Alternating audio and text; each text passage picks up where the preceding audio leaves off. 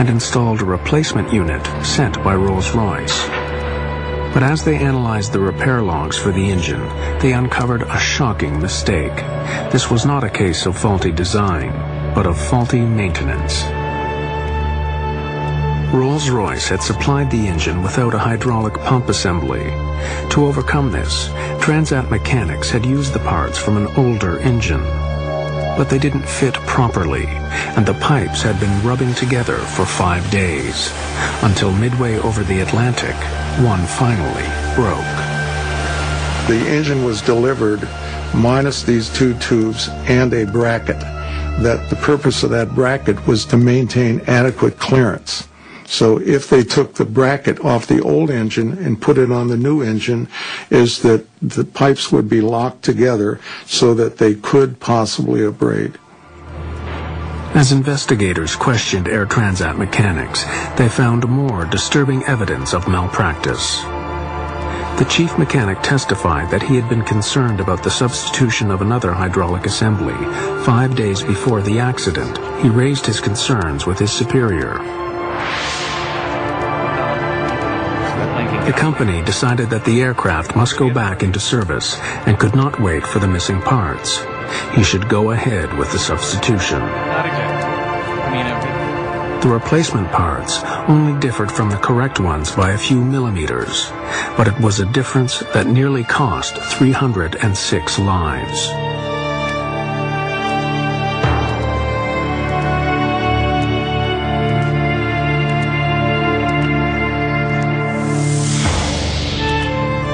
A few days after the accident, Air Transat publicly accepted responsibility for the faulty maintenance.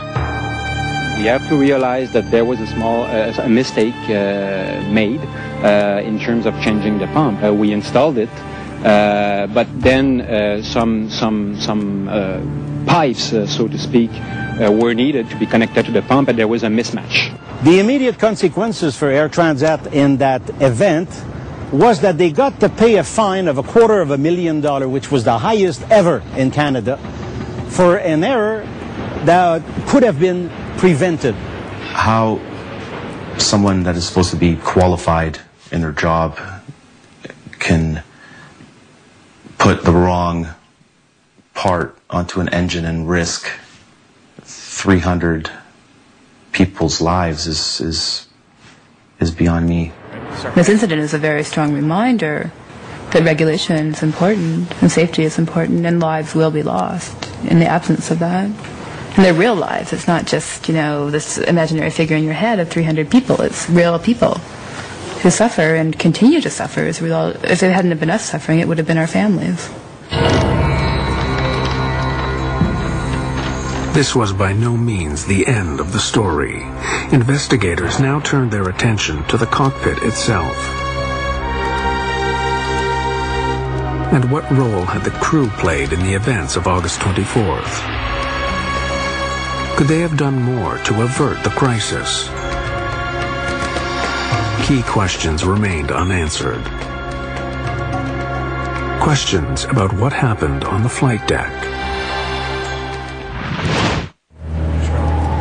The Transport Canada investigation into Air Transat Flight 236 discovered that basic maintenance errors had led to the fuel leak. Air Transat had accepted responsibility and were heavily fined. But the focus now turned on the flight deck and the performance of the crew. What part did they play in the fuel loss? Wing crossfeed. On.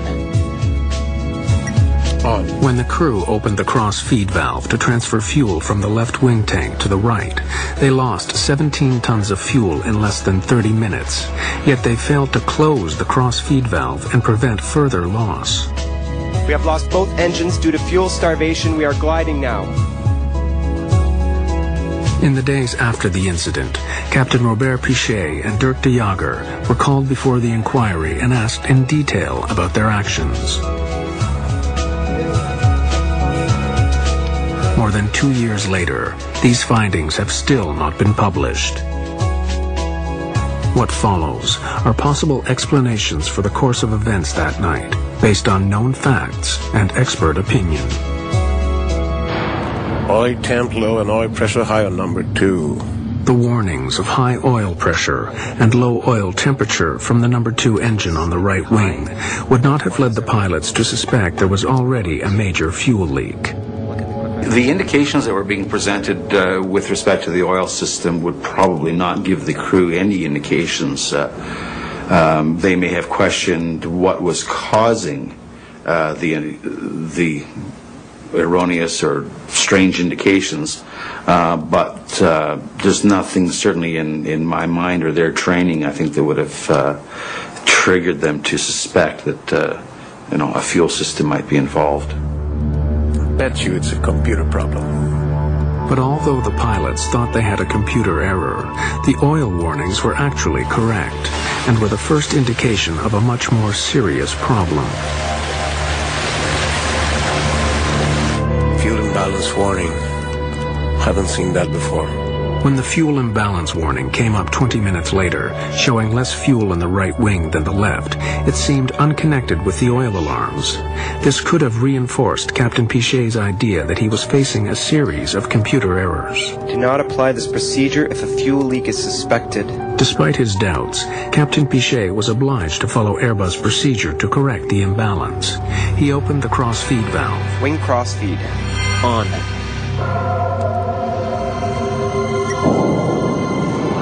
But was following the checklist enough? You just can't idly flip switches in response to commands from the computers and anticipate that all will be well at the end of it. Once the checklist is complete, we can sit there fat, dumb, and happy. That's not the case at all. You got to keep second guessing it. Is that right? Did we do the right checklist? Have we got the results that we need? Once the pilots calculated the high rate of fuel loss, they should have suspected a fuel leak.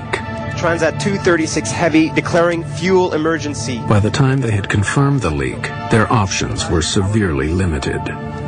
Now they had a choice. Do I close the crossfeed and see what happens, or do I leave the crossfeed open as the fuel imbalance checklist has dictated, and maybe the situation will correct itself? The crew wasn't really sure.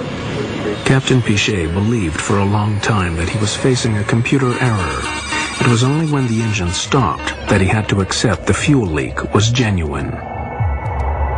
The technological complexity of modern aircraft can help to make them safer and more reliable, but it can also lead to problems that nearly brought catastrophe to Air Transat 236. Discrepancies in replacement parts led to a fuel leak. Distrust of computers led the crew to misread the situation. These errors have huge implications. Only because air traffic control initially sent the plane 60 miles south to avoid congestion was it close enough to the Azores when the crisis struck. Otherwise, it would have had to ditch in the ocean.